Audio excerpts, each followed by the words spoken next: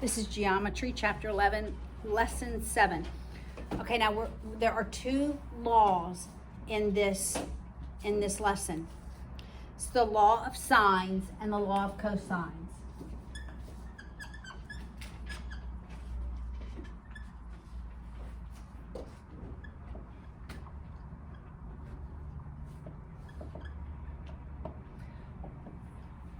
To this point, we have used the sine and the cosine, those trig ratios, only with right triangles. The law of sines and the law of cosines you can use with an oblique triangle. The word oblique means anything other than a right triangle. So literally, it's with every other triangle that you can use these laws with to calculate a missing side or a missing angle. But I'm going to tie this to our proofs and how we proved congruence. And so I'm going to use those three letters because the three letters tell you when to use what law, okay? So for the law of sines, we're going to use it when I have angle, angle, side.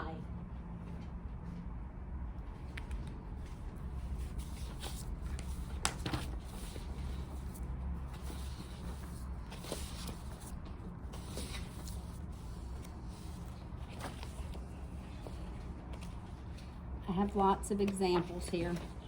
Here we go. All right, but there's one other one that we're going to use that with. But it's not going to work every time. Well, it won't work every time when you get into pre-calculus, but here it's going to work. I told you we never, ever use this as a congruence, but we can use the law of sines. So this is not a congruence. And it's really the ambiguous case. But we can use it when we have side-side angle. Remember I told y'all I don't like that word? So it's not a congruence theorem. However, it is if we have side-side angle. We can use the law of sines with.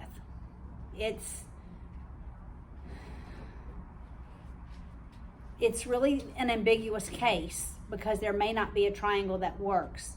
Yes? Do you have to solve, do you have to prove the congruence? You do not have to prove congruence. You just visually look at the triangle and you ask yourself, do I have two sides and the angle that's not included? Or do I have two angles and the side that's not included? All right, so what would that look like? 5, 4, 20 degrees. That's side-side angle, okay? You're just looking at the markings. Or 20 degrees, 30 degrees, and 6. That would be angle, angle, side. If I had that, and let's say I'm solving for that angle, that's side-side angle, okay? We can actually work these. Here I would be solving for that side. Okay, you see those? All right. For the law of cosines, I'm going to I will use it if I have side, angle, side, or side, side, side. So if I have the measure of one side, the included angle, and the next side, or if I have the measures of all three sides, then I'm going to use the law of cosines. All right? Here's the formula. For the law of sines, I'm going to say the sine of any angle over its side, its corresponding side. And remember, when we think of this, if my triangle is ABC, its corresponding side is the opposite side. Because remember we talked about how the measure of the angle really dictates the length of the side opposite of it, right? If I have a very acute angle, the side opposite is going to be very short. If I have an obtuse angle, the side opposite is going to be very long, all right? That would be side B, and that would be side C. These proportions will always be true.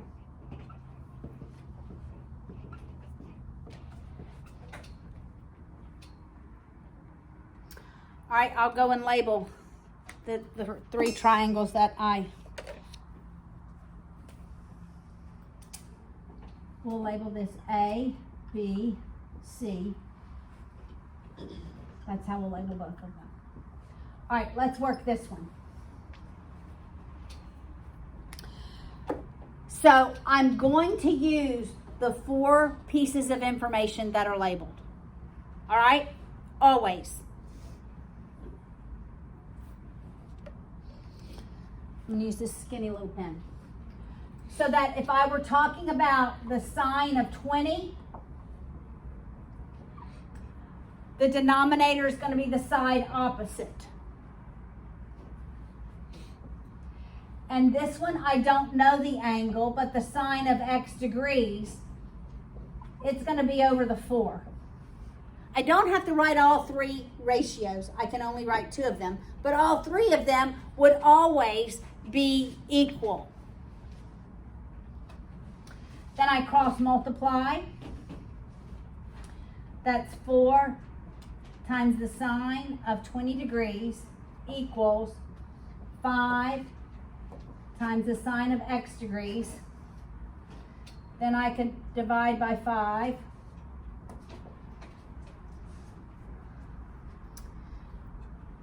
All right, I want you to be careful how you put this in your calculator. Solve for your numerator, then divide by 20. By 5, not 20. Solve for the numerator. 4 times sine of 20, hit your equal button.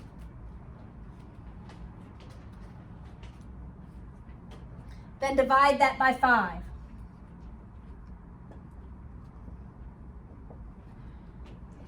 And then someone give me that number, Michael, to 4 decimal places. 0.2736. Does everybody agree? Others agree? Okay, I want everybody to look.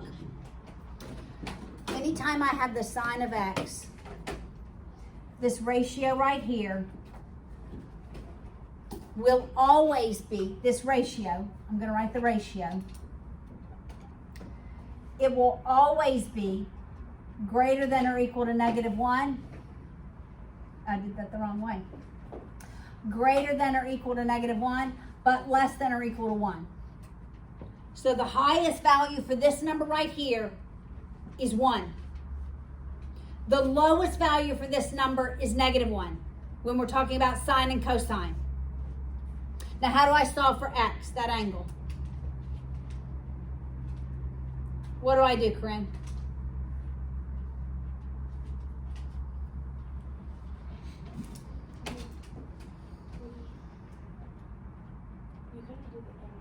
Yes, I can. Always. I'm doing the inverse of that ratio. 0.2736 is going to equal my angle. So, Corinne, when you solve that, tell me what that angle is.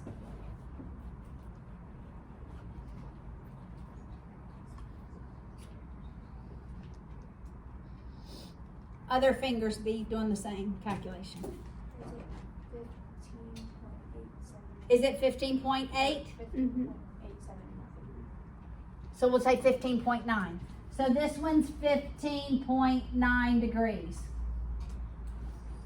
Yes. What's our relevant decimal for the angles? For the ratio, it's 4. For the angle, you can go 1. Unless the problem tells you different. What about the sides? The side, you can go 1 decimal. This is what matters, this ratio. So there are standard significant digits in your higher level math. And trig is very particular about its digits, decimal places. And it's always 4 decimal places for that ratio. All right, we can do the same here on this other one. So I'll erase this piece.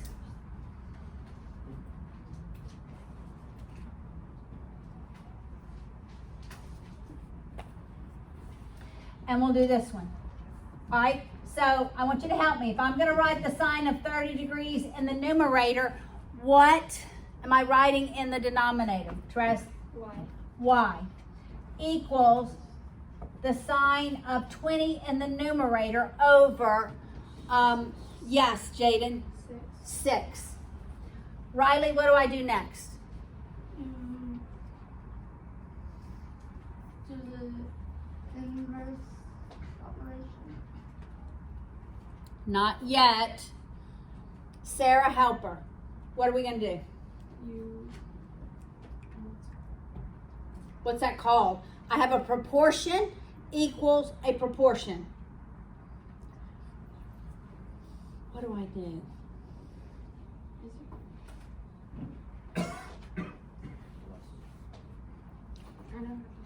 You know how to do it. What's the word? Okay, that's the grammar of math. What's the word? Would you cross multiply? I cross multiply.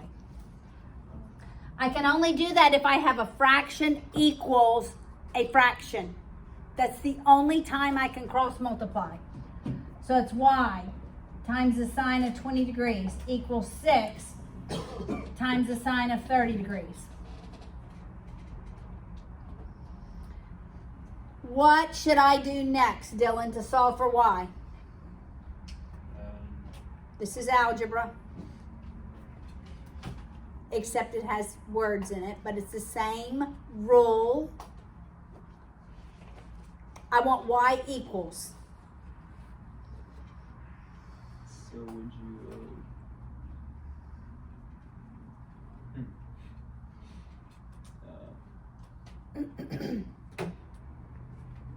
would you divide Divide what?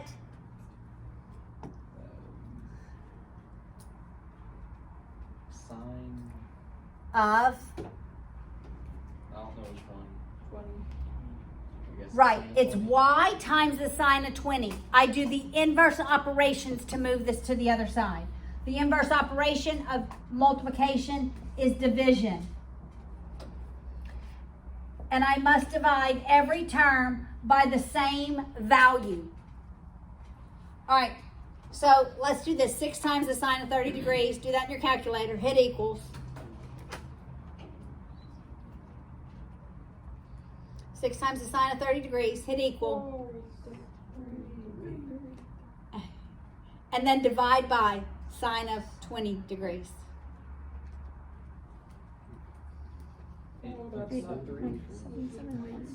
It should be higher than 3. What is it? 8.17. Okay, so this one is 8.7. Okay, look at me. Does that make sense? Yeah. Why does it make sense? Someone explain it to me why it makes sense. Okay, Therese knows. Anybody else? Can they explain why this makes sense? All right, Therese, why does this make sense? As 6 is opposite 20, but 30 degrees is a greater angle, so it makes sense that 8.7 should be greater than 6. Got that? 6 is opposite 20 degrees. Surely the side opposite a larger angle is going to be longer. And it is. So it's logic, right? Yes. Okay? I'm not going to tell you what, well, I am going to tell you what to do. You're going to use the law of sines, but I want you to solve. I'm going to give you a triangle, and I want you to solve. I don't have the answer, so everybody has to get the right answer. Okay. Ah.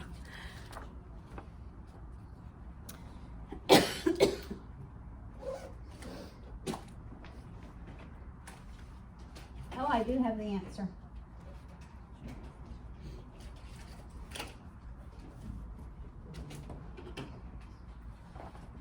Solve for x. And then we're going to do another one.